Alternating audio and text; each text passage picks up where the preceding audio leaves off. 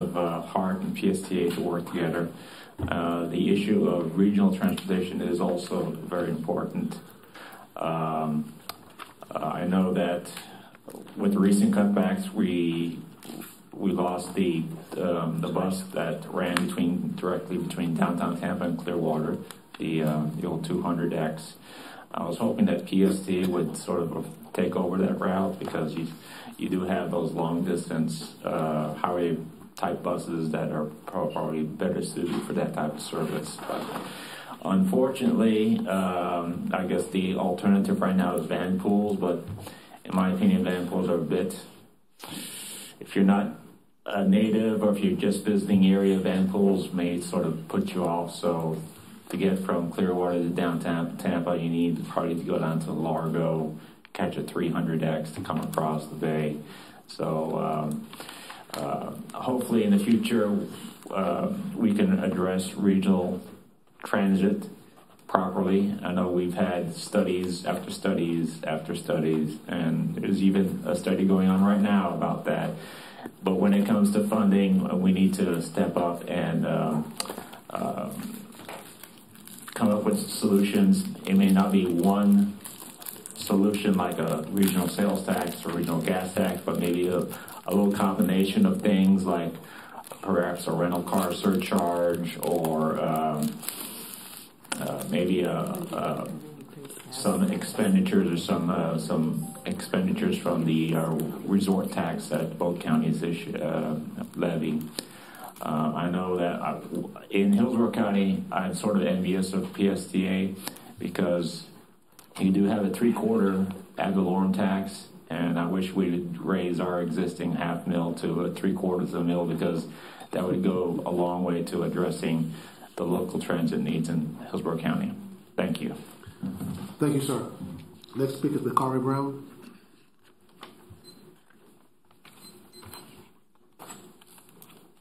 Morning, everyone. Mr. P, I want to thank you for your comments from the last meeting and this meeting. They're very on point.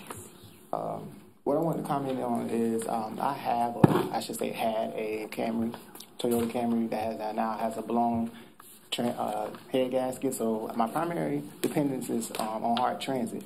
And maybe about a month or so, 2 months ago or so, there was an event going on at the Plant City Stadium that I was trying to make it to. And I looked at HART and said, well, let me see how I can get there. I couldn't. So I thought, well, let me see, what's the closest stop? Because maybe I can ride my bike. That's the Mango Walmart. That's as close as I can get to Plant City. So I said, well, I guess I won't be able to go. So my son called me. He's a freshman athlete, student athlete at Southeast High School. He had a event. I said, let me see if I can actually go. I typed in Google to see if I can get there. And lo and behold, thanks to PSTA, I can actually take the bus from here all the way to Sarasota if I need to.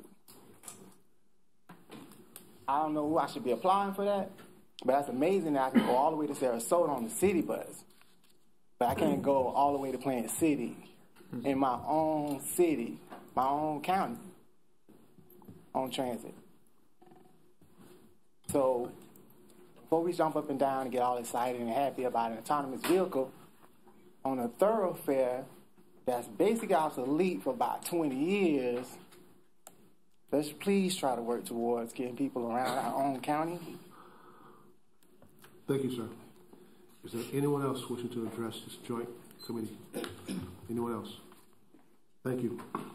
We have the minutes from the joint executive committee meeting on October 31st, 2016. Any additions or corrections? Councilman Jones. Thank you very much, Mr. Chairman. And I don't know whether these were corrected, but the members present from PSTA at the last meeting I don't think Chairman Rice was there or Commissioner Welch, but Mayor Doug Beavis was present at that meeting. So that would be a correction that's needed. Corrections noted, sir. Thank you very much. Thank you. Any other additions or corrections in the minutes? Seeing none, is there a motion to adopt the corrected minutes? Second. There's a motion and a second to adopt the corrected minutes. Seeing no further discussion, all those in favor, let it be known by saying aye. Aye. Opposed likewise. Motion's adopted. Information items, update on PSTA HART Memorandum of Understanding. General Counsels. I'm going to take this one. Sure, if you want to. We have prepared an MOU for 2018, pretty consistent with the MOU that was executed back in February of this year between HART and PSTA for cooperation. I was just going to highlight some of the changes that we've made and some of the developments over the past year that have occurred pursuant to the MOU that was entered into in in February. First of all, one addition, we've added joint procurements in the list there on the first page. If you're looking at the list of things in which we're going to attempt to collaborate during the upcoming year, PSTA during 2017 has endeavored to increase its efforts to cooperate on joint procurements, and so we've added that to the list. We've also added to the list of items employee sharing for risk management services and procurement and contracts administration services. PSTA and HART entered into an agreement, separate agreements, to share the risk management services. PSTA's risk manager is presently acting as the risk manager for HART as well, and we entered into an agreement with HART for sharing her services, and the same is true for your procurement person, Al Burns. PSA and HART entered into an agreement for sharing of Mr. Burns' services. Those agreements, I believe, were initial 90 days and have been extended by the CEOs of your two organizations. So we've included that in the list of items upon which we're going to collaborate. Otherwise, the agreement is the MOU is relatively the same or very similar to what was entered into back in February of 2017.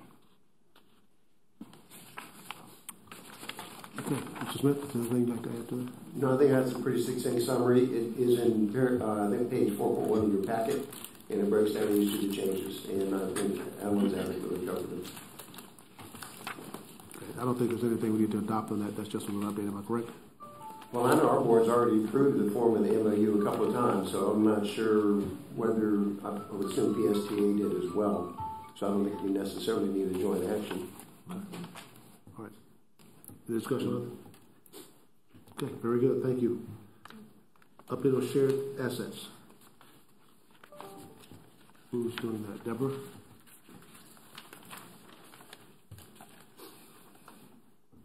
Good morning, everyone. I'm Deborah Leas. I'm the Chief Financial Officer at PSTA, and I have my two shared talent resources coming up here waiting in the wings as we go through this.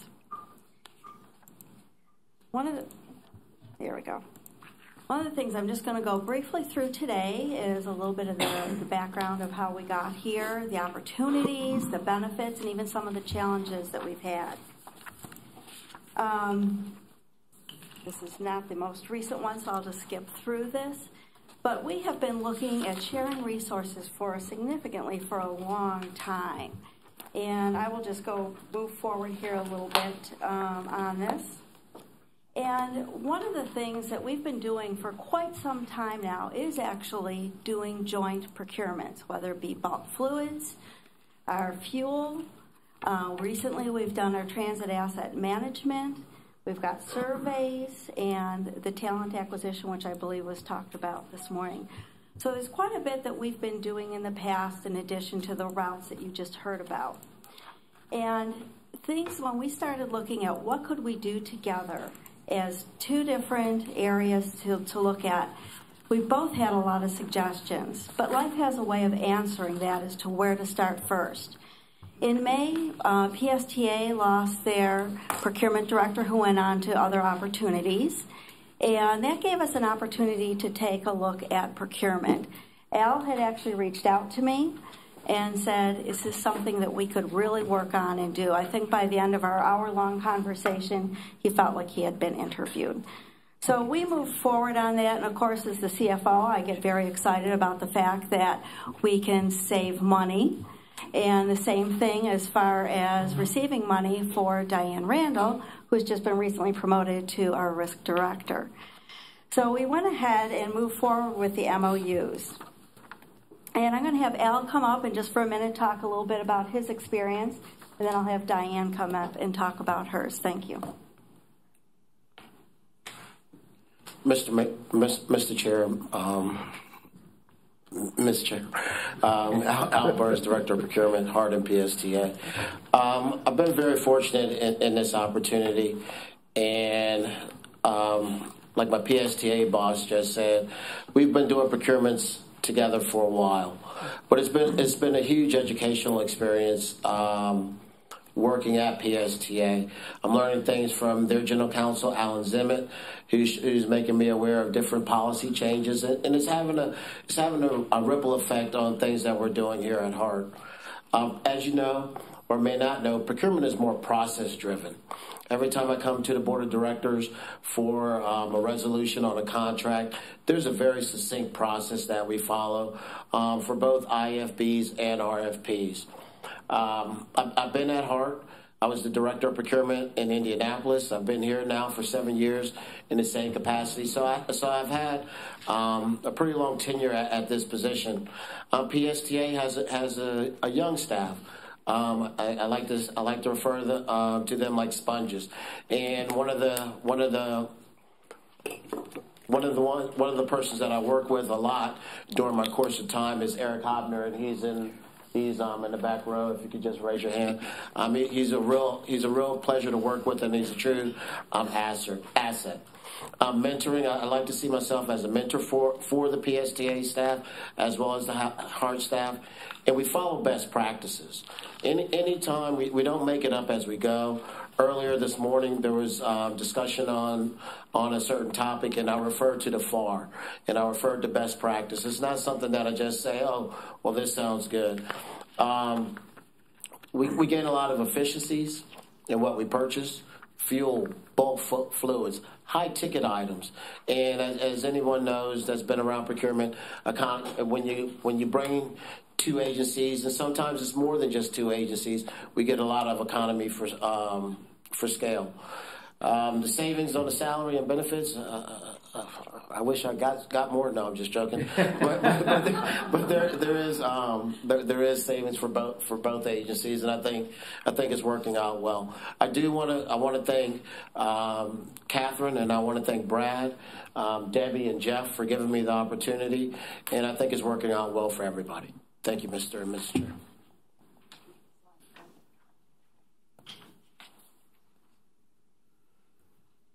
And if I might say, Al has been just fantastic. We have seen so many improvements. You know, I look forward to working more with HART on a lot of joint ventures. And with that, I'm going to introduce our new risk director, Diane Randall. Good morning. Diane Randall, Director of Risk Management for PSTA and HART. I noticed that Al said HART and PSTA, so I'm PSTA and HART. My staff at PSTA is very seasoned. They've been in the department together for a long time. So it made sense for me to be able to leave them a little more to their own resources to be able to help out at a need that HART had. I will tell you that when I do walk into my office at PSTA, the line starts, and they're there for about 20 minutes, and then I can actually start working. But this has been a great experience for me because I've gotten to become a part of the HART family as well as the PSTA family, and I feel very vested in both sides of the bay, and I hope that this is a long-term relationship that we can keep going. I will be having a risk manager that will be joining the HART side that I'll be mentoring more so that I'll be able to have that person handling the day-to-day, and so I'll be in more of a consulting capacity in the future. The issue that I find is that both organizations, while similar, are totally different. And when it comes to the risk management side, they're two completely different programs. So it's two full-time jobs that I need some help with. So that's why we're having a risk manager join. But I want to stay involved. I hope that this is a long-term relationship, and I've just learned so much from Kenyatta and my boss at PSTA, Debbie, and thank you, Brad and Catherine, for the opportunity. Thank you.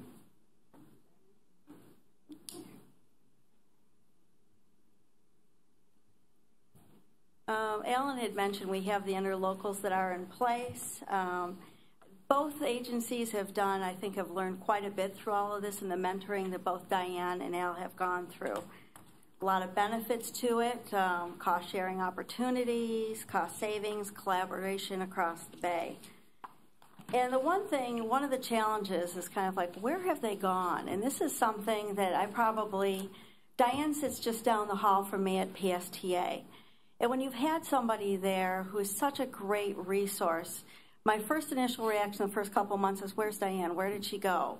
And Diane has a way about her that she makes you laugh. So even on my worst day, if I just go down and just see Diane, I'll end up laughing and feeling better. Her staff, I know, has felt the same way, but it's also been a great opportunity for them to step up to the plate and show what they can bring and to help out. I'm sure Al's staff feels the same way, like, where did Al go? So we do miss them when we're not there, but it does also provide opportunities. Wait a minute, there's some snickering. Maybe they don't say that. As Diane said, you are working 2 jobs. Neither Al nor Diane were sitting around doing absolutely nothing before this. So the time management skills have come into place, the delegation skills, and the mentoring has really taken hold on both sides of the Bay. Some of the practical issues that we have is it's a long commute between the two. I know Al, from the time he is getting in his car to the time he reaches PSTA, he is on his phone, he is working it, and so he takes advantage of the commute in that regard. And I think Diane does the same. At least I've called her quite a few times. I think both... That's $15 fine over here. I think one of the things that Kenyatta, Jeff, and I have been able to do is be very flexible. On occasion, there are times where we've got conflicts of when meetings are versus the schedules that they've set forth. So we've easily worked around that to make it a very simple, easy process. So would we do this again? Absolutely. Would we look forward to more opportunities to do something similar? Absolutely. Would we change what we've done? Perhaps here and there. When Diane first started coming to HART, she came every single day for half a day, shared both places. From a practicality standpoint, until she got comfortable, I mean, it wasn't really practical. There was a lot more windshield time. So 2.5 days has worked out very well for both of them. So yes, we would do it again, and we look forward to more opportunities. Are there any questions? Yes, sir. Councilman Jones. Thank you, Mr. Chairman. There was a mention made that the risk management practices are different between the 2 organizations. And I'm just kind of wondering why our 2 organizations are different from managing something that sort of seems like it would be the same. Well, at PSTA, we have a TPA for the workers' comp, and we're self-administered for the liability. And we have excess insurance, so we have a lot of reporting and things that go on. At HART, it's completely TPA, so we have a TPA, one for workers' comp and one for liability. TPA is? I'm sorry, third-party administrator. Okay. So we outsource the claims handling to a firm. Okay. So that's the main difference. Thank you, Mr. Chairman. You're welcome. Anyone else? Thank you very much. Thank you. Appreciate it. Legislative issues and funding opportunities. Ms. Egan and Mr. Miller. Mr. Chair. Yes, ma'am. I apologize, but I just thought of a question I'd be really curious to ask. Have there been any financial audits to determine which process might be more cost-saving? There's no fund at this time. We have our standard audits that we do each year, the risk management audit. but we have not had one that combined to see which was a more cost-effective solution.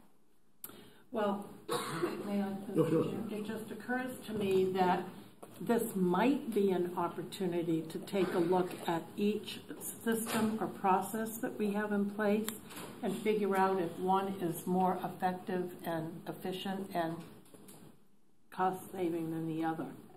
Just a thought while we're in this joint agreement. That doesn't cost anything to just take a look, pros and cons of each. Thank you, Mr. Chair. Yeah, just in response to that, I think, Commissioner Long, to your point, already, I know, maybe not on a full, robust analysis of the entire risk management function or procurement function, but both Al and Diane have already told me about things that they said, well, over at HART, they do it this procurement might be done in this way, and that seems like a good approach to the challenge that we have over PSPA. So exactly what you're describing, the idea of finding a more efficient or better way, there's no better way than having the same brain remember what is going on across the bay and then apply the same thing. So I know that's already taking place, and this is the best way. Maybe I'm sure if Diane said, hey, a third-party administrator for the whole thing would be better, I'm sure she would bring that forward right away. Michelle Shanahan is one on the board of directors of HART. You recognize. Sorry, I reserved that. Thank you. I just am thinking about this from a private sector perspective. If you combine two people in one job, they would have some sort of an incentive for doing this. I mean, I think it's great that they're doing this out of the goodness of their hearts, but there should be some compensation analysis, and there also should be, if we're going to be regional, I mean, we really want to be viable in this regional sort of platform. If we go down these steps, we need to take this, and to pick up on what Chairman Long said, really talk about the cost savings, that these are over a period of time we're going to save. So maybe we don't have to have two senior risk advisors, we have a manager, or we don't have to have two senior procurement people. So from a viability perspective in the public space, we need to talk about this in the cost savings, value, better use of shareholder dollars, especially if we're going to go back to, shareholder/elected people dollars to get more of them. We need to tell them how we're using their dollars to their benefit to be better on some of these back office situations. And I just think that I didn't see that in the presentation, and I think it should be up front and center. And I think that if people are doing two jobs in one job, and I would also use Skype technology, the 2.5 hours driving back and forth I would be in a rubber room in a week. So you got to use Skype. It's it is the way of the next generation of how to do these things. And once you meet somebody, you don't have to have face-to-face meetings every day. So I would just encourage you to think about all those different opportunities. Anyone else? Anyone else? Very good. Thank you. Thank you. Mr. Egan and Mr. Miller. Brad gets to start this one. She said you get to start this one. I mean, I agree with Commissioner Shanahan's points. We have already recognized cost savings by doing this, and that's not the only benefit of it from my perspective. We've tried to, over the years, marry up our procurement processes on a number of different cases and look to each other for best practices, but it just, in practical reality, it just often doesn't happen. It says, well, we just went out for a procurement on banking services a month ago. Shoot, we missed it. Or, stuff like that happens all the time. And just in the last 6 months of sharing these two functions, the amount of coordination and improvements to both agencies, I think, has been really, really significant. So, and it's saving money. It's just a complete win-win for this. I think both, to the point, yes, they are doing two different jobs. They need to be appropriately compensated. I think both Al and Diane have had their compensation and their titles gotten promotions in their jobs. I'm sure they might benefit from more, but at least they are being recognized for this great work. And so maybe expands to other functions in the future. Well, Mr. Miller, I appreciate those comments. That was not the reason I was calling on you. I was calling on you to legislative issues and funding opportunities. Oh. I'm trying to follow it. Thank you. Let me get back to here.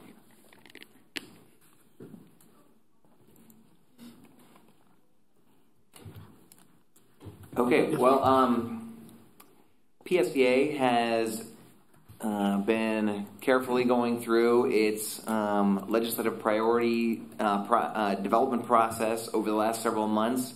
We have an adopted legislative priority list for Tallahassee and the state government, as well as our federal process. The federal one's relatively more straightforward. We are, as you know, working very hard on a bus rapid transit project connecting St. Petersburg with the Gulf of Mexico, our tourist area along St. Pete Beach. And that is been submitted to the FTA in their small starts process back in September, the day before Hurricane Irma hit, which I was very proud of the staff for hitting the button and then evacuating quickly.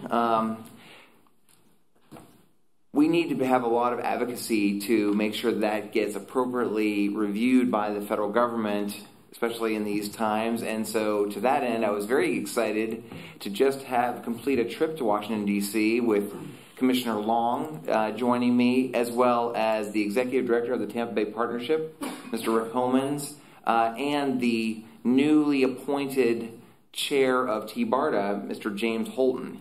And that was a fantastic trip. I think Commissioner Long can speak even more about it, by showing that we're all working together, that even though this is a bus rapid transit project just in Pinellas County, it can be what we all hope is the catalyst or the start of a regional transportation system that crosses the Bay and involves the entire Tampa Bay region. And by Rick and James coming on the trip, our congressional delegation and the administration folks all saw that clearly, that the Tampa Bay is working very closely together. On the state front, our number one priority is also a regional item that is referenced in the Memorandum of Understanding between PSTA and HART, that we're looking for some funding, and I know that HART has done the same thing, to implement a region-wide integrated phone app, a transportation phone app that would encompass all, in theory, all or any transportation modes in the entire region. So HART, PSTA as transit options, certainly, Pasco County too, but also Uber, Lyft. Over in Pinellas County, we have some ferry boat operations that we would like them to sign on, so that could be an option for folks. We know that the future is looking at mobility management for the Tampa Bay area, and folks are not necessarily going to always just pick the bus as their only option. They might bike share in downtown Tampa or downtown St. Pete. They might take a ferry boat to Clearwater Beach. And right now, at least if you're the CEO of a transit system, you have 51 different apps on your phone with all those different services. But it would be so much better, and the technology is moving this way, to have it all in one app. Maybe it is our Flamingo app that we've already started, that you can navigate and pay for all those different services in one app. And we've also been to Tallahassee already and presented that to our delegation, and it had very positive feedback about that, again, as a regional Tampa Bay effort, as something that the legislature seems at least tentatively supportive of funding in this coming year. So I would just summarize to say we want to thank Catherine and HART for being, and the region for working with us on our projects that benefit Pinellas County, but they also, we seem to make better progress by working together. Thank you, Mr. Miller. Thank you, sir. And let me hit on the federal, the state, and also the regional projects which we have. Federally, HART continues to pursue the Bus and Bus Facilities Program. We have our grant application in. Commissioner Merman, before you tell me to get our application in for the FTA, I do want to point out that while Mission Max has been a tough year for us to go through, this is the turning point for us that we start having money in the bank to be able to go for these programs. It's great when we have a lot of service on the street, but when our bank account doesn't have a local match, we are not competitive for federal funding, and so this is a change in how we are pursuing these projects going forward. So ideally next year, Commissioner Merman, we'll have that big check sitting there. State-wise, we have also gone to Tallahassee. Jeff joined me on November 15th. So we'll have continuity of leadership. Our big request for the DOT work program is to obtain more funding for our maintenance facility. Collectively, as a region, we dodged a bullet with Hurricane Irma, but it did show us weaknesses within our network and also showed us the value of transit. We had pictures tweeted out of ambulance companies coming down from Georgia and Tennessee that could not fuel up their diesel vehicles because the gas stations were out, and HART had 55,000 gallons of fuel that we could share. Using CNG for our evacuation meant we didn't need to use our diesel. Had the building blown over, this would have been academic because no one could have gotten to it. So it is time to update our 40-year-old facility with a new facility, and we are being very active in the work plan for that. We are stressing that this is the work plan. When we look at our friends at the airport and the port, they are very successful obtaining funding through the work plan. We are, of course, working on a general request as well. Representative Grant has introduced a funding request for us for expansion on the Flamingo and One Bus Away to make it easier for folks with different levels of disabilities to use, but also boost some of the tech weaknesses within the program to make it an easier app to use across the region, and that goes hand in glove with what our friends from PSTA are doing. Finally, the big project here is the regional transit plan. It is DOT funded, administered by HART, but obviously critical for the future of the Tampa Bay region. This project will wrap up at some point next year. The technical work is nearly done, and extensive outreach will be next year, and it is an appropriate thing for us to kick over to the new, to BARDA as a transit entity, to take over once this study is done, to be the entity which receives the study and takes a vote. A weakness on this project is prior to the reconstitution of TBARDA, there was no regional entity that had the statutory ability to take a vote and receive the recommendations of a plan and go forward. So as much as we are doing great things in working on our legislative requests, we have a big opportunity to be successful and a very heavy lift to move to where we do have the strong regional voice at TBARDA, being able to implement what comes up from that regional transportation plan. And that concludes my update, sir. Thank you. Well, Commissioner Murphy, your advice. Thank you. Ms. Egan, you just made a very interesting comment about the premium transit plan. Because presently, that plan is kind of owned by the 3 MPOs through the TMA leadership group. And so, do you see it, I mean, how do you see, because we have, I mean, that is a working document in our group, every single meeting that we have. And we've been, actually, we're the group that's really, it's progressed through over the last 2 years. Actually, TBARDA kind of needs us right now to help take that over. We don't know if TBARDA is going to get funded or not this year. Hopefully it will. So can you expound on that and tell me what you think? Yes, ma'am. And that's an excellent question. And thank you for the opportunity to clarify. The TMA consists of representatives from all 3 MPOs. The role for the TMA has been advisory, receiving the first public draft of the information, receiving the back briefing so the TMA is able to work on recommendations, make sure that everything is coming together for that regional coordination. That role does not change. At the end of the study, it has to be received by a statutorily empowered body. And at this point, it could come to HART, or it could go to HART and then over to PSTA, et cetera, et cetera. We have a portion in the premium transit plan for a transit coalition, and TBARDA can occupy that role. So it's something which was in the contract from the beginning, and it would be representatives from the various transit entities. TBARDA can take that role over and be in a position to take a vote to receive the study. It does not change the role that the TMA is at, and you're absolutely correct. The TMA has been shepherding the process. The TMA has been providing leadership on it, and given the ambiguity of the funding for TBARTA, you could have an entity that votes to take the recommendations forward, but then is not able to do anything with it. So it's a lot of questions up for the region. But the TMA's role does not change. And it is, again, another opportunity to decide how we as a region can come together and be successful on this project. I have a quick follow-up. The MPO is a statutorily authorized agency. Yes, ma'am. TBARTA cannot accept federal dollars. So I know that this was going to happen, that we were going to have a, I don't want to characterize it as a blow-up, but who's in charge? Really. And we've had this bifurcation of responsibilities all along.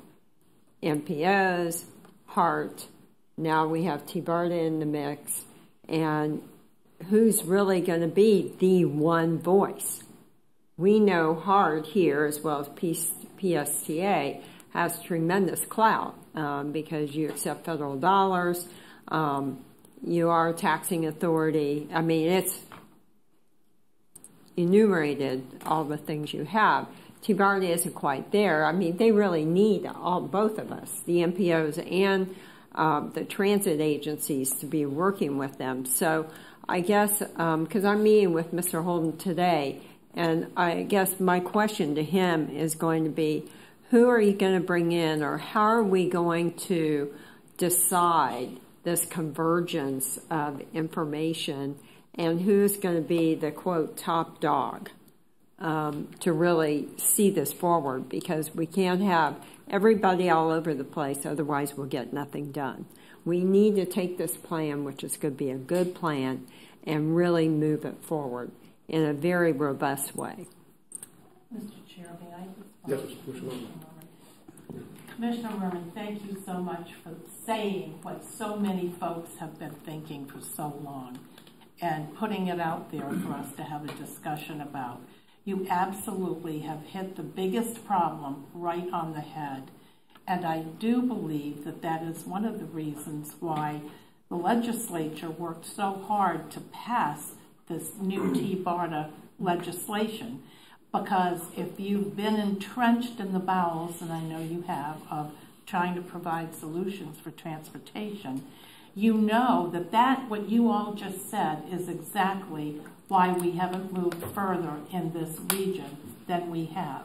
Because there are dozens of acronyms that define different groups who have very genuine and sincere interest in providing solutions, but they all work in silos, you know, and they have, over the last 50 years, pulled down an enormous amount of money to conduct a multitude of different studies, which are beautifully done.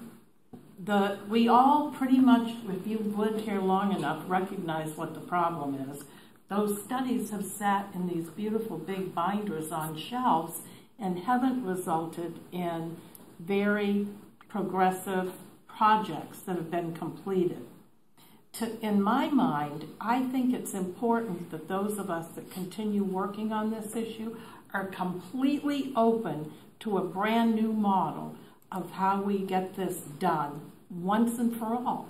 And I believe that we have an opportunity with this new TBARTA agency to prove not only to our elected officials in the region, but to the citizens who have lost trust in our ability to move these things forward, because that's what we get caught up in. Who's going to be the top dog? Who's going to be in charge? Which agency is going to get credit? And how are we going to move from where we are to go forward? So if you read carefully that legislation that created TBARTA, I think we have a vehicle now that we can work through to get it done. It is not going to be easy. If it was, we would have done it already. But I want to speak to just show you how important it is that we had these folks from representing the different facets of our region in Washington for 2.5 days last week. And the first words that the elected congressional people wanted to know, have you guys finally got your act together? Are you here speaking with one voice? Is this one clear message for your region? Because if it's not, then we really don't want to get you any money. And I think it's critical that for the first time in 55 tries, this new line, the BRT Central Avenue line, has gone further in the federal process than anyone ever has else before. I mean, it takes about 3 years to just get in the process and get yourself lined up to get that funding. So we're in a great position to receive $1 million for this project. We got $500,000 last year. What else did we get? We got another federal grant on something. But I mean, we're making progress, and I think if we just stick together, really keep the big vision in mind, we're gonna get there. It's just gonna take some very tough, solid leadership to just say, you know, this is the plan. We haven't tried this before. Let's give it a try. That's my take. I hope you hear the same thing from Mr. Holden. Well, I mean, you all know we don't all sit on TBARDA. We only have one representative. And so, you know, we have to make sure the messages come back to us. We've got to figure out some mechanism so that MPO, HART, PSTA, and TBARDA are all in the same circle, all working together to try and get this done. Next year, I believe 2018 will be a significant year for us to really move the ball forward for transit. Don't know how it's going to get funded yet, but we will have a plan in place, and it is definitely going to move forward.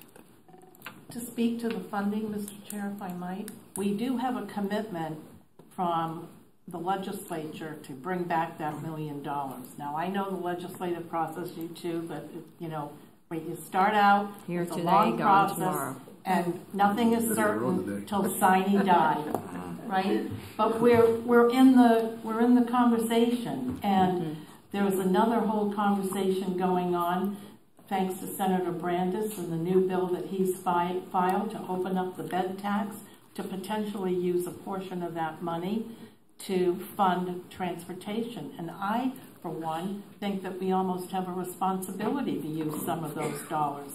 When you talk about 20,000 folks this year coming into Tampa Bay, and within 5 years it's projected to be 34,000 million. 34 million. What am I saying? 20 million to 34 million. Boy, you sure can. There's synergy in the argument that, you know, that's an untenable burden on our infrastructure. And I'm glad that we're looking at taking a look at that. So that's another source. And I think our membership, too, I think we might speak to that in the end, can take a look at that as well. We'll get there. Have faith. I know we will. I think both the comments from Commissioner Merman and Commissioner Long are extraordinarily helpful. And what you just said, Commissioner Long, makes me think that one of the roles that we could look at more for where the MPOs can step up is to tap into what the counties can do. Because as you know, MPOs are primarily planning agencies. What's next is to make sure that TBARDA is set up as an agency that can actually run something, build something, design something. Not in that order. Right. Any further? Councilman John. Thank you, Mr. Chairman. I've been privileged to attend many of the TMA meetings, and at some of those recent meetings that begin to talk about the local match. The tourist development funding would be a wonderful local match for that, but it seems like we haven't really made the business case to our larger community as far as the need for transit and transit improvements.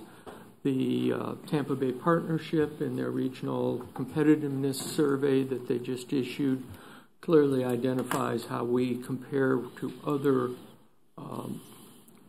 regions. But One of the concerns that I have had with the regional premium transit study that is ongoing is that they're going out and they're looking at all 55 of the surveys that have been done, but at least in the presentations that I've seen of that, there's only been one slide talking about the need for doing something differently. That's where Mr. Pringle says, I think congestion is going to increase by 56%, but our road miles are only going to increase by 19%. But I see a huge opportunity to try to pull that information together. I know that the study is going to have a public outreach section this coming year. In fact, I guess it's the whole year. But I would recommend that we really try to focus in on what are the benefits to the average person.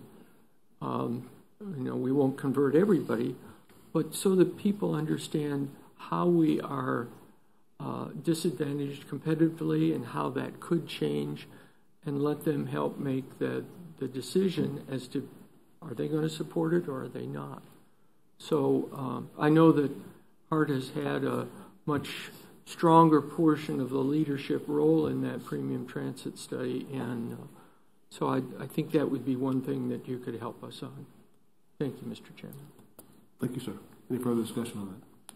Since we're talking about T-BARTA. Yes, sir. Briefly, what has happened recently is there's been a tweak to the membership structure of T-BARTA, probably reflective of the legislature's view of the importance of the region. Now, each of the mayors, that would be the mayor of St. Petersburg and the mayor of Tampa, are mandatory members. They cannot send a surrogate. They must attend in person. Each of the 5 counties has a representative that will be a member of T-BARTA. HART has a person who will serve as a member. PSTA has a person who will serve as a member. The governor has 4, and there are 2 non-voting members. So essentially the reorientation and the emphasis on the participation at T-BARTA suggests it will further continue to be a more important agency as we go forward. Ray Shermonti was here earlier, but I think he may have left. No, he's here, and I'm sure you all know Ray, and if you have any questions, he'd be probably the best person to ask him of. Okay, Mr. Zimmet, do you have anything to add to that? Nothing further on that. Any further discussions on update on T-BARTA board membership? Chair, just one question. So the members from each one of the boards are typically the chairperson of that particular agency, like HART or PSTA? It can be. I don't think it's mandatory, is it, Ray? No. It's not mandatory that to be the chair of each of the agencies, HART? No. I was just curious because I know that they had made it mandatory that the mayors had to be yes. there. They could not have somebody in their stead. So. That's the only Come to the mic. Come to the mic here. He's got a noon appointment, by the way, so he won't be here long. The only positions that are mandatory are the mayor's positions. The other ones can be any member of the county commissions or PSTA or HART. Perfect. Thanks. Okay, thank you. Thank you. Any other discussion on T-BARTA's membership? Okay. Future meeting subjects. Mr. Melendez. Thank you, Mr. Chair, and thank you, everyone, for your previous comments. Definitely appreciate it and the opportunity to be here with you and speak. I just wanted to add, I was looking back on my comments from a little over a year ago, and I'll just note the minute says, Director Melendez observed that technology is moving rapidly, and he would like to see Tampa Bay as a leader in innovation and mobility. And I think that we're doing that, and since that year's passed. So for future meeting items, I'd like to have maybe a section on innovation and technology or emerging technology, if that would be a pleasure of this joint board. Councilman Swart, I'm sorry. Could I respond to what yes. Commissioner Melendez just said? Because I think that technology is going to be as transformational for public transportation as the Model T was when we went from the horse and buggy to trains, for example. Amen. And so, to that point, I know that HART is working on an autonomous vehicle pilot in downtown Tampa. That's correct, right, Kathleen? Yes, ma'am. And PSTA is working on 2 of them, one for North County and one for South County, going forward this coming year, right, Brad?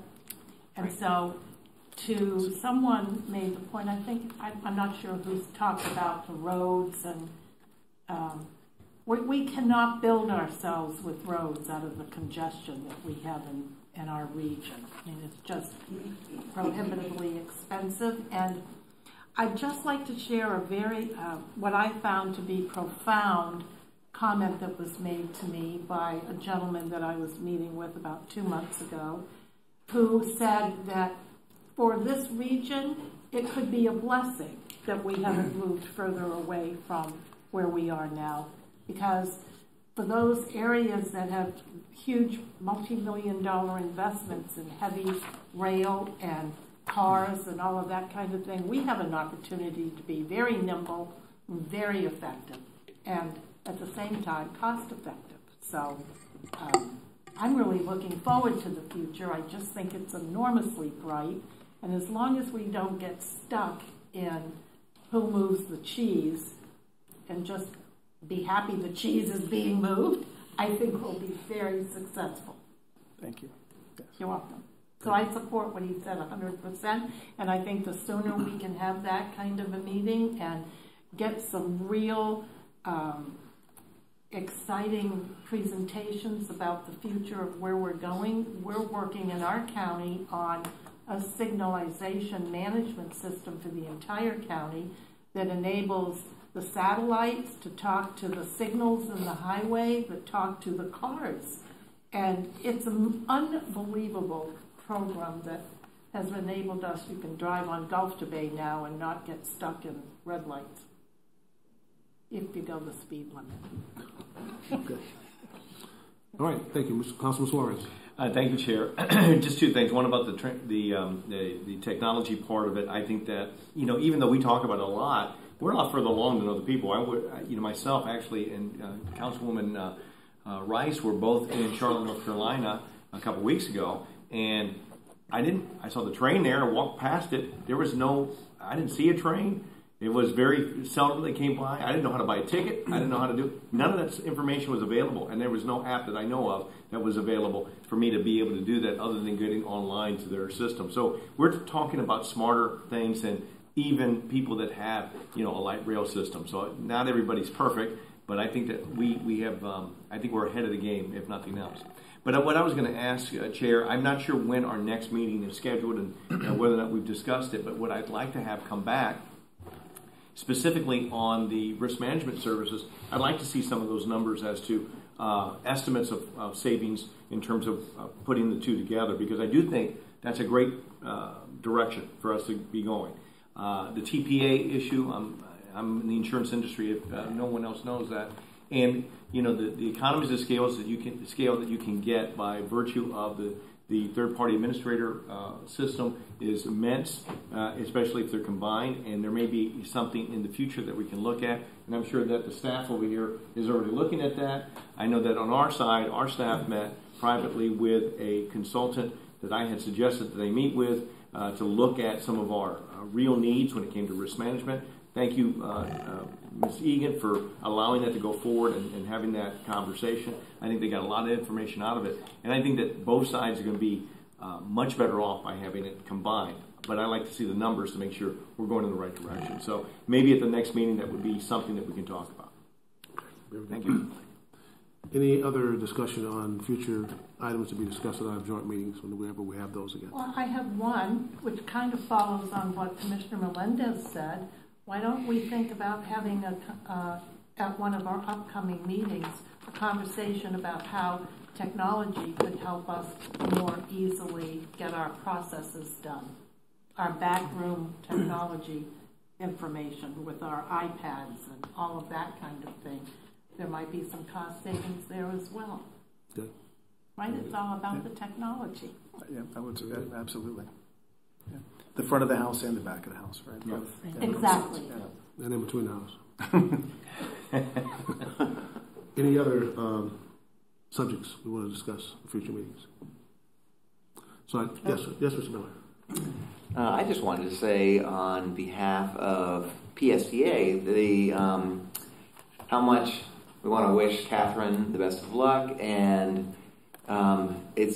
she and I have had a lot of great conversations and discussions, and I know she knows, I think, the world of her. But the PSTA board was very, very positive. You know, this improved relationship over the last several years and all these projects that we're working on together would not have happened without Catherine being there and her openness to wanting to work together as a region. And I know that the PSTA board really knows that it's taken both sides of the bay to establish this relationship. But I know we're going to continue it in the interim with the already great relationship we have with Jeff.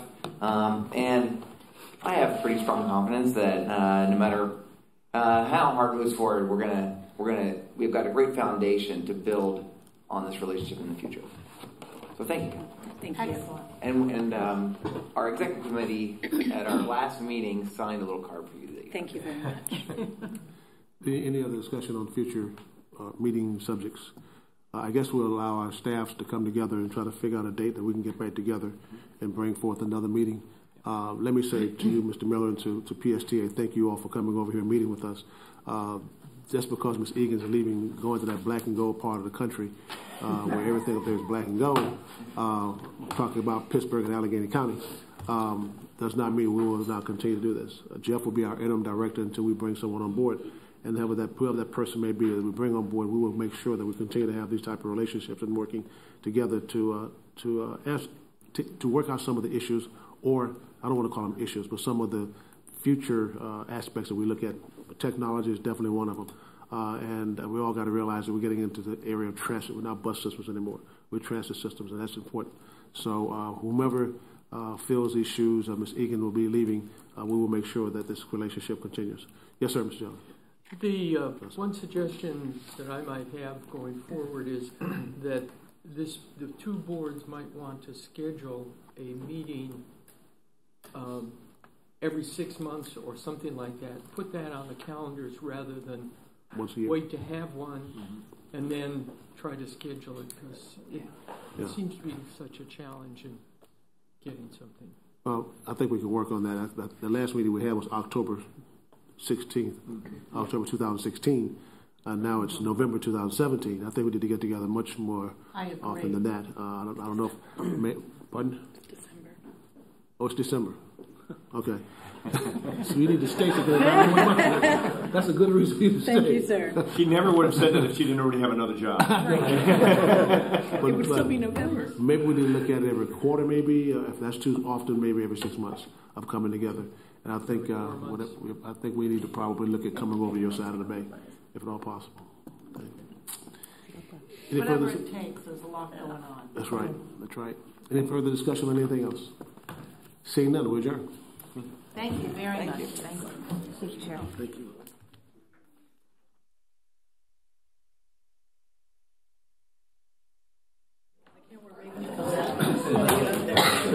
No, not a Pittsburgh. Yes, sir. Yes, sir. So we will.